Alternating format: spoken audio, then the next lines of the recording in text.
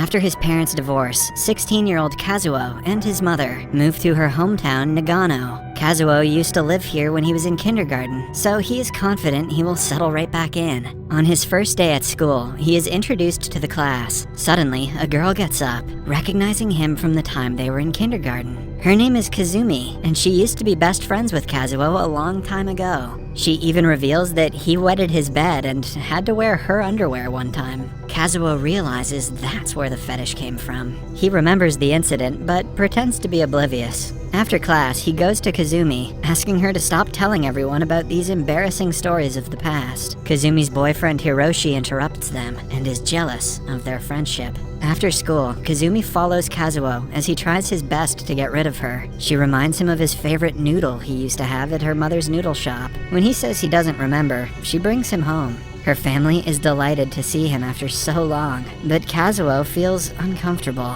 because he hardly remembers them. While Kazumi's mother cooks the noodles, she is asked to show Kazuo the Shabishira spring. The water used to make the noodles comes from the spring, which is the secret ingredient. The two walk for a few minutes before reaching the place. They have to take different paths, especially meant for two genders, to get to the spring. Kazumi picks up a dipper so Kazuo can taste the water. They stand on either side of the spring, which causes them to struggle for the dipper and fall into it. When they come outside, they have miraculously changed their bodies with each other. Kazuo doesn't realize this and makes his way home without saying anything. That's impossible. He takes off the wet clothes, and the first thing he notices is that he is wearing a skirt. Confused, he looks into the mirror and sees Kazumi instead of himself. It doesn't take him long to register that he has changed bodies with her. He runs outside to tell his mother, who thinks he is a perverted girl trying to seduce her son. She makes him wear a jacket before kicking him out. After that, Kazuo goes to Kazumi's home and finds her crying hysterically. Her family is also just as confused as everyone else. They think the kids hit their heads while on their way to the spring and are not in their right minds. Moreover, since Kazumi is not wearing enough clothes, they assume Kazuo did something to her. Before their anger escalates, Kazuo runs away with Kazumi on his bicycle. Kazumi's biggest concern is Kazuo touching her breasts, but Kazuo argues that he has no interest in her. Liar. He brings her to his home, asking her to act like a man as much as possible. They decide to stay in each other's places until they find a way to get back into their respective bodies. At first, Kazuo experiences the difference in gender roles when he is made to serve dinner to everyone in his family. Moreover, he learns that he has to eat quickly, because if not, the family will devour everything. Meanwhile, Kazumi is doing just fine at Kazuo's home. She cooks for his mother, surprising her with a delicious meal. The mother goes on a rant about an indecent girl like Kazumi for barging into their home, unaware that her son is the same indecent girl. Kazumi doesn't know about Kazuo's parents' divorce, so she asks questions like, when will his dad return home? Kazuo's mother thinks it is a joke and asks him to be more compassionate towards her.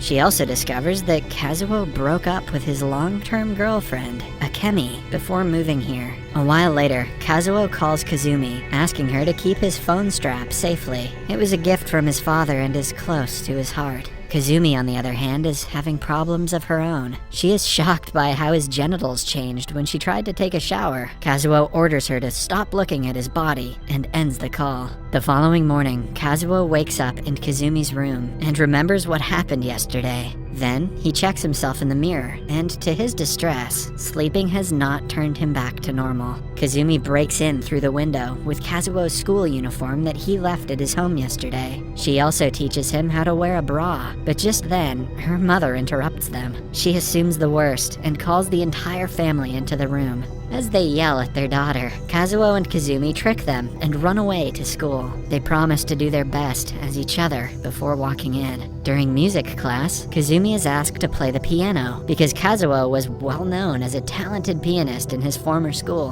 When she is in the front, she gets a panic attack and runs to the rooftop. Kazuo follows her while being followed by the teacher. They meet each other on the roof where the teacher inquires about what is going on. Kazumi panics again and accidentally knocks asks the teacher out. Hiroshi finds Kazuo and Kazumi together and suspects something is going on between them. Boy, if only he knew.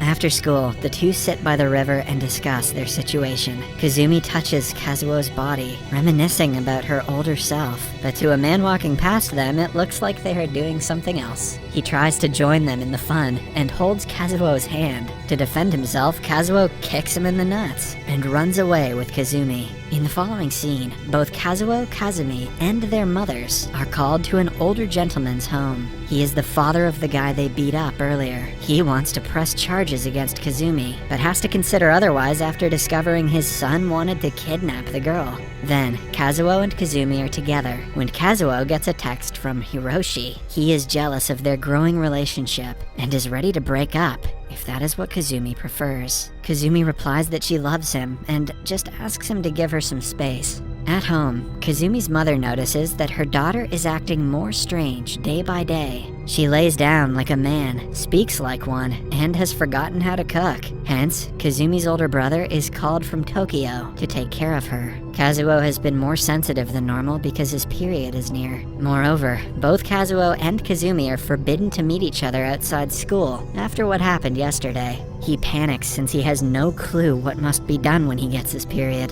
He also feels awfully weak, but passes it as a symptom. The next day, their class is going on a trip to a hot spring. Throughout the bus ride, Kazuo continues puking, worrying everyone. Then, while changing into a swimsuit, his nose starts to bleed. At the same time, Kazumi meets Hiroshi and asks him to come aside. Before she can tell him the truth, he asks her if she is Kazumi. It turns out that he had been observing them for the past few days and has come to this conclusion. Kazumi affirms and apologizes for not telling him sooner. Hiroshi says that he still loves her because he is in love with her soul, not her body. However, Kazumi doesn't feel the same for him. On the first day after the trip, Kazuo doesn't come to school. Kazumi is worried, but her mother doesn't let her see Kazuo. Hence, Hiroshi goes over to make sure he is fine. It turns out that Kazuo has had sharp body pain and has been vomiting since the morning. He goes to the doctors the next day, and they find out that he suffers from an incurable disease and has only 2 months to live. Kazumi's parents are shocked and in pain. The doctor promises to do whatever he can to ensure Kazuo's last days are painless, but he cannot help the family other than that.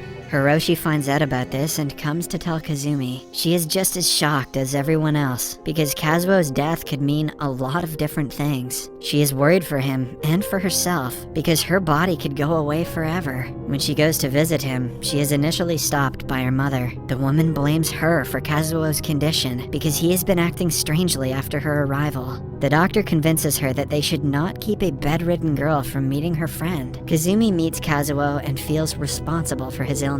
Since her body has the disease, it is almost as if he is dying because of her. Kazuo assures her that even if that were the case, he would be happy to die in her place. When Kazumi returns home that day, she convinces Kazuo's mother to go visit him. She agrees and tells her about Akemi. Akemi used to be Kazuo's girlfriend and is coming to visit him in a few days. Kazumi emails Akemi at night and tells her everything about the situation. In the following scene, Kazumi and Hiroshi welcome Akemi to the city. She has known Kazuo for years and can tell that Kazumi is not him. Later, she and Kazuo's mother go to visit him. Kazuo shares an emotional conversation with them, making the mother feel like she is talking to her own child. A few days later, Akemi, Hiroshi, Kazuo, and Kazumi are together when Kazuo says he wants to go somewhere far away. The adults would not allow him, so they decide to sneak out at night. The plan works, and they reach the mountains by the morning. Akemi and Hiroshi know that the other two want to spend time together, so they ask them to go ahead.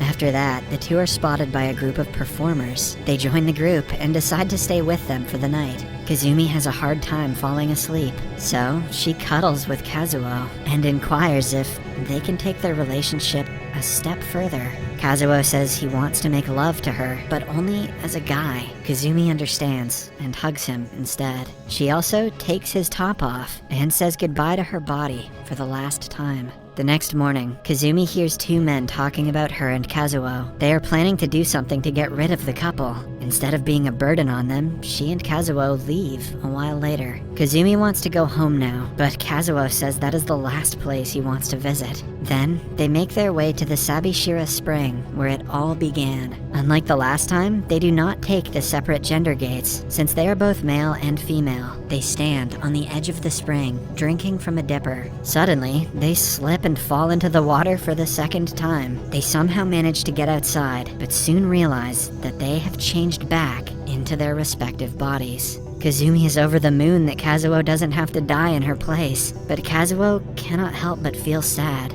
She will go away, and he will have to continue living without her. They hug each other for a long time, before Kazumi says she is happy to die for him. Then, they go to a cliff and watch the sunset together. Cut to a few months later, Kazumi is no more, and the world has moved on without her. Kazuo comes to her home often to meet her family. Because of all the time he spent with them, he feels like he is a part of the family. One afternoon, he arrives and finds Kazumi's grandfather making noodles. He offers to help, but unlike the traditional way of kneading, he steps on the dough. This reminds the family of Kazumi, and they cannot help but shed tears. It turns out that Kazuo has come to say goodbye because he is moving to a different city for college. We also find out that Akemi and Hiroshi are now dating each other.